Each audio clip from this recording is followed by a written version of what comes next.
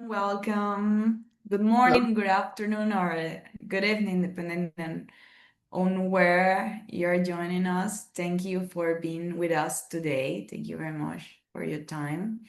To get started, could you briefly introduce yourself? Thanks for making the time for this conversation. Really looking forward to it. So, yeah, for those people who don't know me, my name is Christiaan van der Valk. I have had the, I don't know, fortune or misfortune of working in tax technology and particularly in the electronic invoicing world for well over 20 years now. I have worked both as an entrepreneur during that time, founded a company myself with some good friends and colleagues more than 20 years ago in this space. Then we sold that company to a company called Sovos, which is still my current employer. But in the meantime, I have always also been very active and interested in the field of public policy.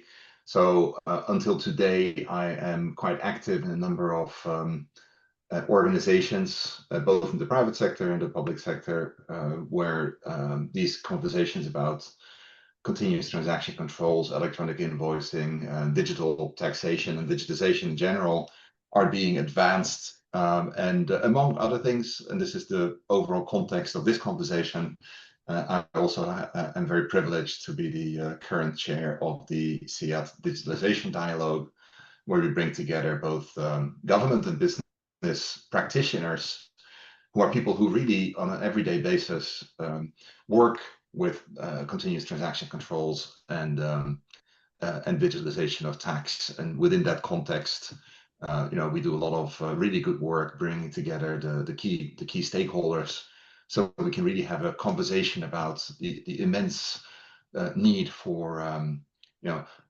systems from both sides ultimately to talk to each other fluently, seamlessly, without hiccups, and to the benefit of society as a whole. Thank you so much for the introduction.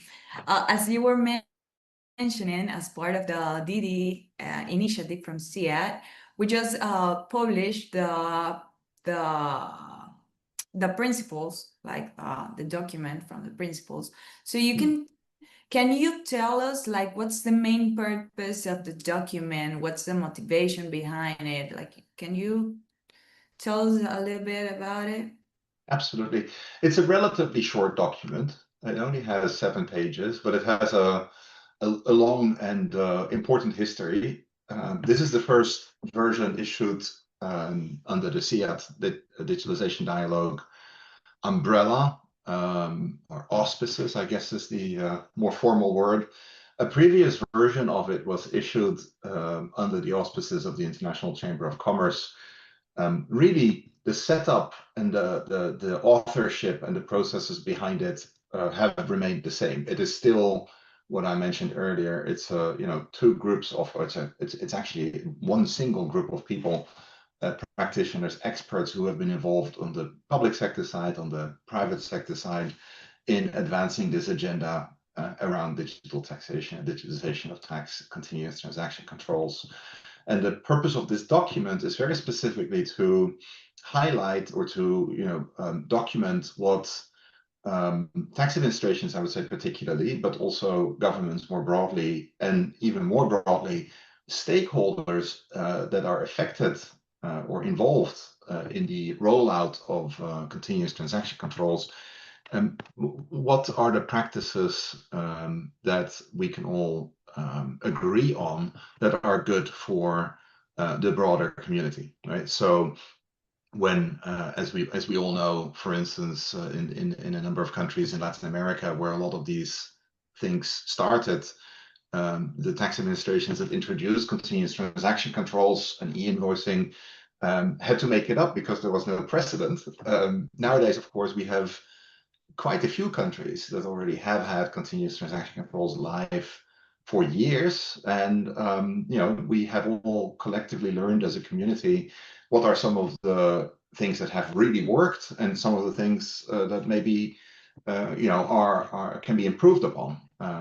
These are very large, not just tax or economic, they're very large industrial and societal transformation projects, right? And so, of course, There are a lot of things that need to be considered. This document is a summary of those considerations and practices from, by now, maybe some 20 countries around the world that have a solid experience with introducing and maintaining continuous transaction control. So it's a very condensed summary of experiences and practices for the benefit of the broader stakeholder community, particularly on the public sector side.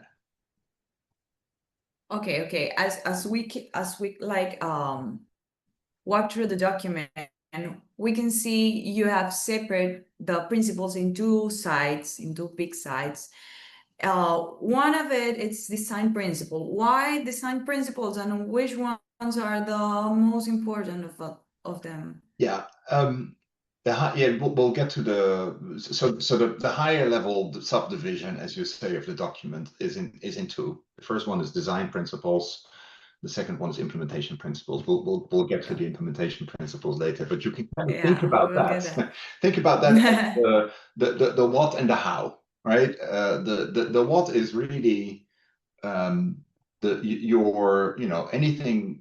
that is introduced by a public administration, from the primary law to the actual implementation and specifications that are needed to bring a transformation program around continuous transaction controls to life. So the what is what really are continuous transaction controls, and how can you design them to make sure that they do precisely what you want them to do, which is create more transparency in the economy, make it easier for businesses to do business, and for the tax administration to focus on the businesses where there might actually be a problem, and leave the bona fide businesses alone to carry on with their business as much as possible, which is one of the great benefits of this technology we're talking about.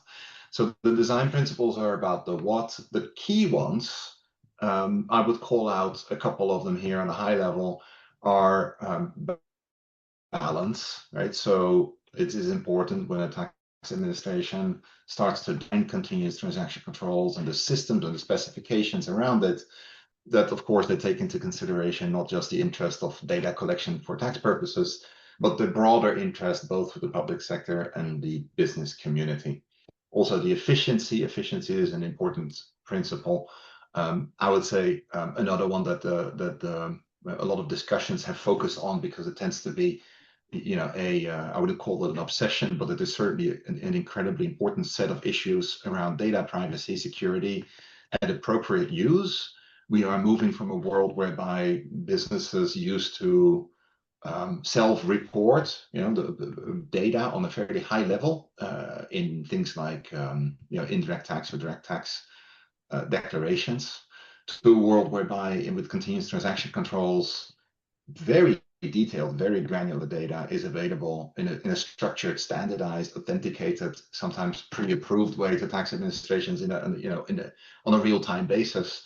That of course means that there need to be really good agreements around who can access the data, how is this data secured, and how can businesses continue to have trust in their systems and trust in the communication with the tax administration. So spent quite a bit of time on that. But we also, the last principle on the overall design is also to do with every country, of course, has a right and a responsibility to use these technologies to their benefit and to the benefits of their stakeholder communities, but no country is isolated from the rest of the world. So the trade impact and things like non-discrimination among businesses, whether that is users who are registered or not registered in a country, established and not established in a country, software and service providers that play a role in the overall ecosystem, are discussed in the document as well, because it is important for governments as they think about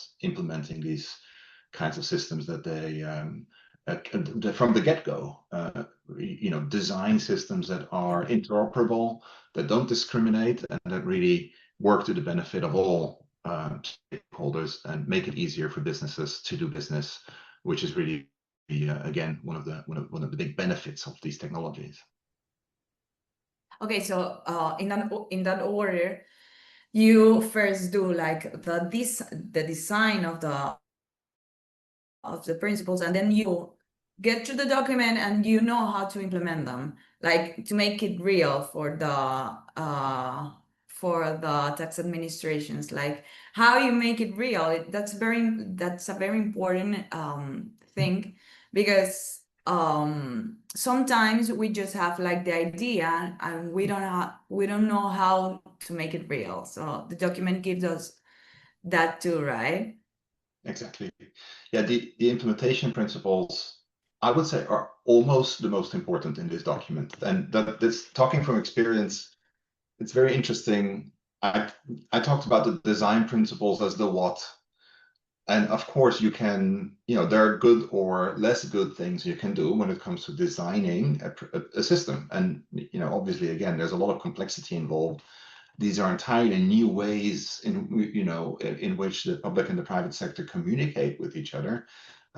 It's a big transformation. So the design principles are important, but how you do it is Good. almost more important. And Yeah. that's a very interesting lesson learned from the last many years when governments have introduced these kinds of schemes, is that businesses need to have predictability, legal certainty, right? So the communication, for instance, we've seen around what it is you're trying to achieve. We're talking about quite a lot in the document. So, for instance, we're saying if a tax administration intends to roll out a CTC program, it should ideally really have a communication program around it that says, hey, society and business community, this is what we're trying to achieve, right? And we're going to do it in these phases, and ultimately the intent is to get to this end phase. So the long-term strategy, for instance, that has been forgotten in some cases in the past because it's easy to overlook. What we're saying is sit down and think about a communication strategy, because that will ultimately create the circumstances within which businesses can feel confident in investing in solutions. Do it in a way that is open and collaborative. And I would say, we've seen also there examples of different, cultural approaches. Not every country is the same. Not every Yeah. country has the same level of collaboration between the public sector. There needs to be, of course, room for the local circumstances. But where there has been close collaboration between, the introducing public sector agencies and the business community, we've seen better results for obvious reasons, right? And I mean, I have been involved personally, and so have many other members of this group in individual countries' programs. It is really encouraging to see how over the last, I would say, 5 to 10 years, increasingly countries are taking this on board. We're seeing a lot more, countries really seeking this kind of dialogue on a local level, working hand to hand together on the technical specifications, the standards, etc. So openness and collaboration are important principles, and we're already seeing a lot of really great results from advocating those. And then finally, the document closes by saying, don't forget that it's one thing to adhere to all of these good practices and experiences when you implement a program, but don't forget that most likely you're going to also be changing your program. And when you change your program, you need to think about the same principles too. Communication, give people time. I have not talked about this earlier, but when businesses, um, you know, invest in becoming compliant, they need good lead time, because businesses, particularly larger businesses, of course, but even smaller ones nowadays, have fairly complex system and process environments that they need to adjust. They need about a year or so, by and large, to Yeah. really prepare well. But also, when you change them, they need time again to adapt, right? So keep talking with each other, keep being open and collaborative, and give people time to adjust, are all practices that we're promoting here as a way to get to the optimum results. Yeah. Well, I think we just got to the finish of the interview, and it has been a pleasure for me to interview you today with this important document we just released. So thank you very much. Thank you very much for your time, Francesca.